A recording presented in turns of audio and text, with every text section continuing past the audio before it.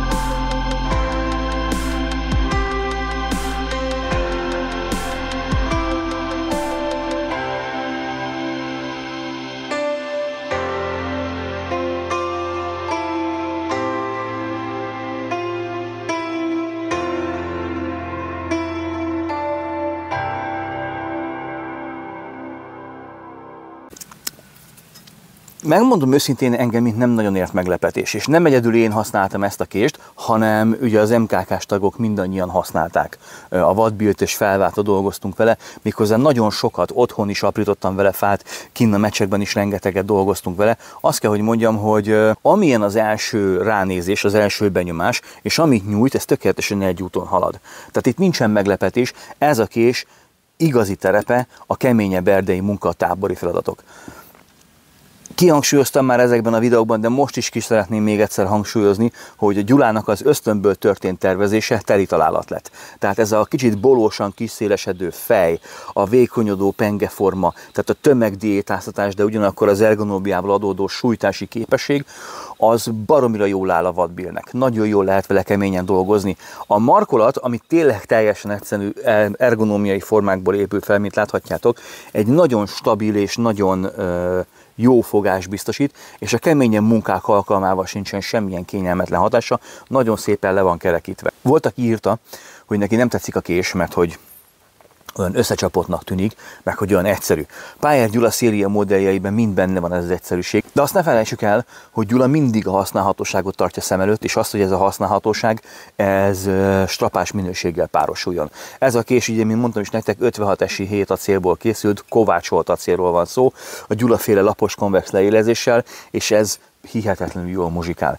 Tehát tényleg sokoldalúan tesztelték a srácok, teszteltem én magam is, nem igazán tudtam neki olyan feladatot találni, amit ne tudott volna elvégezni a vadbill.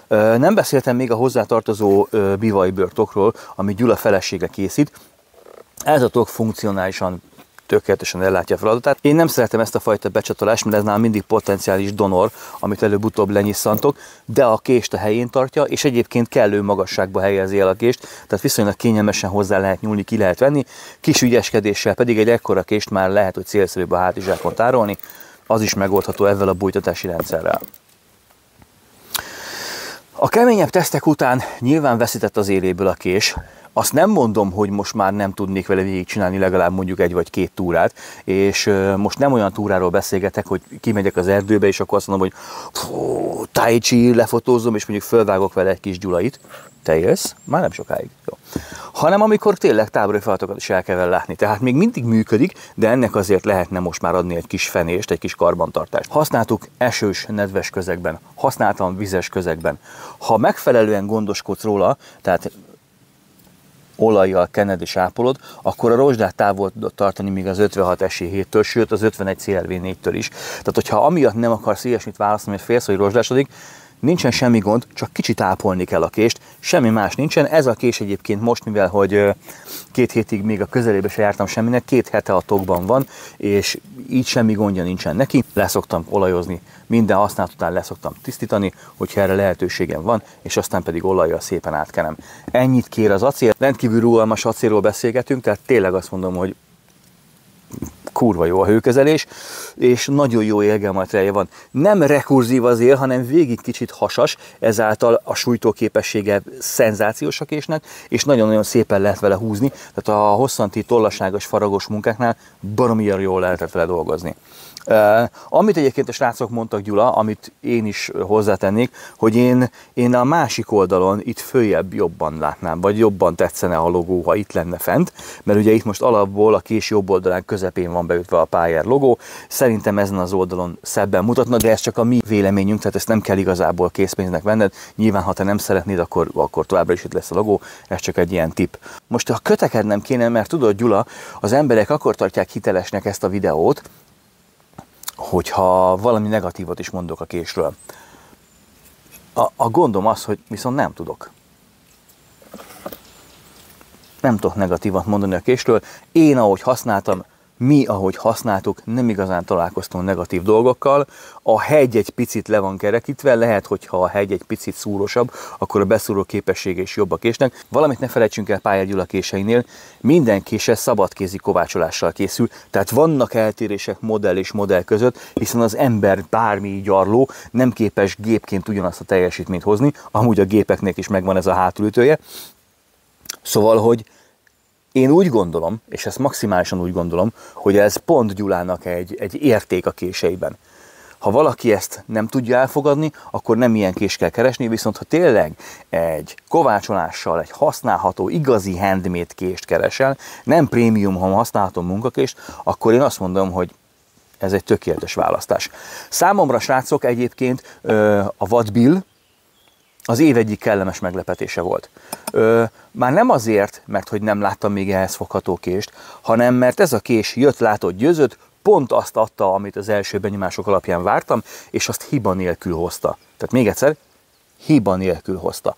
És ennek ma már, ahogy nézem egyébként a nemzetközi felhozatat, meg ugye a divatosan elterjedő késeket, igenis örülni kell. Mert ha az ember kap egy ilyen méretes kést, amit csapásra, rombolásra fejlesztettek ide, ugyanakkor kényelmesen dorombol a kezünkbe, stabilan mutatja nekünk, hogy hogy kell dolgozni, ez az gazdi hajcs, és ez működik, és a minőség is rendben van, mert Gyula minőségileg rakja össze ezeket a késeket, akkor igazából lehet, hogy megtaláltad a számodra tökéletes kést. Ami nagyon fontos, ugye, hogy most már magyar késeken nem igazán tudod megrendelni ezt a kést, hiszen a videó készülése közben szűnt meg a Magyar Kések weboldal. Pajer Gyulának van saját oldala, ezt a leírásban, a videó leírásában megtaláljátok. Van Facebook szájtja, úgyhogy meg tudjátok tőle rendelni. Gyula nem tűnt el velünk egyetemben, nyugodtan keressétek fel a websájtját, keressétek fel a Facebook szájtját, fog tudni nektek segíteni, ezt a kést csak ajánlani tudom nektek. Ha tetszett a videó, akkor mindenféleképpen jöhet a like, ne felejts el feliratkozni, és találkozunk nem sokára. Sziasztok!